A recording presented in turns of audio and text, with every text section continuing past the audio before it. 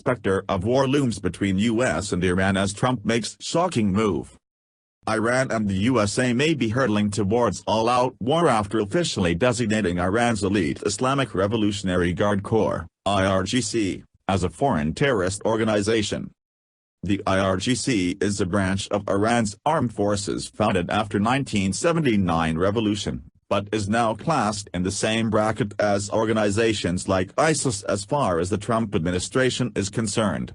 The danger was highlighted by RT correspondent Job Huddy, who explained, the Trump administration officially put Iran's Revolutionary Guard Corps on the U.S. State Department's list of designated foreign terrorist organizations, thus joining other groups such as ISIS, Boko Haram and Al-Qaeda, among many others. The designation went into effect today and it certainly raises concerns about the specter of war, particularly between the U.S. and Iran. The IRGC runs Iran's ballistic missile and nuclear programs.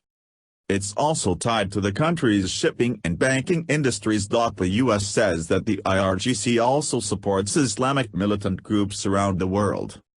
The State Department estimates that Iran and the IRGC funds Hezbollah, which is an enemy of Israel, to the tune of $700 million a year.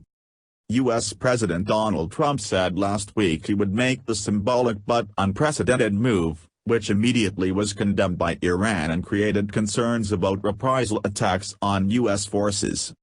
The IRGC is in charge of Iran's ballistic missile and nuclear programs.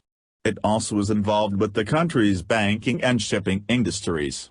The new designation makes it easier to prosecute companies or people in the European Union that do business with Iran.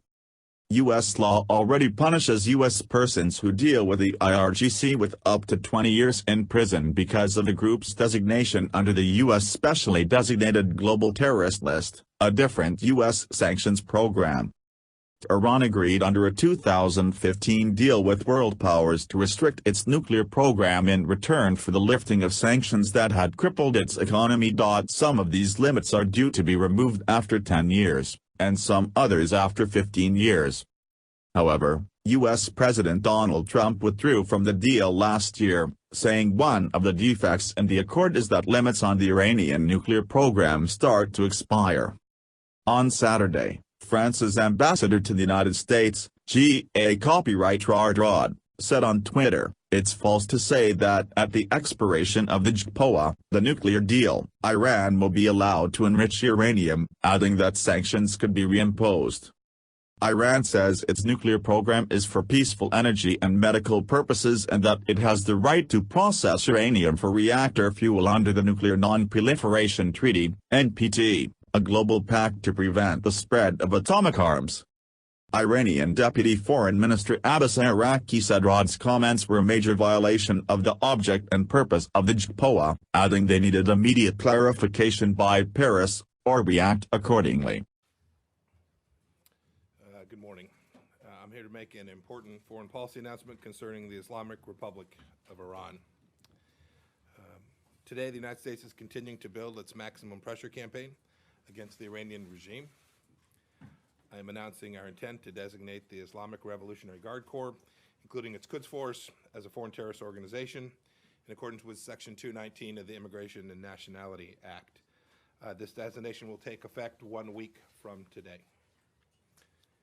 This is the first time that the United States has designated a part of another government as an FTO.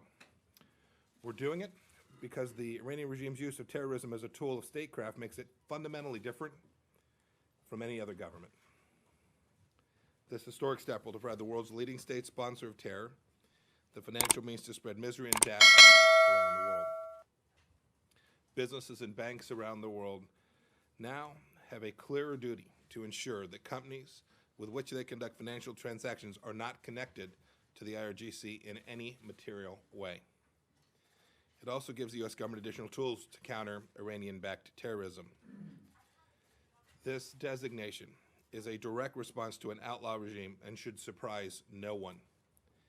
And it builds on the more than 970 Iranian individuals and entities that the Trump administration has already sanctioned.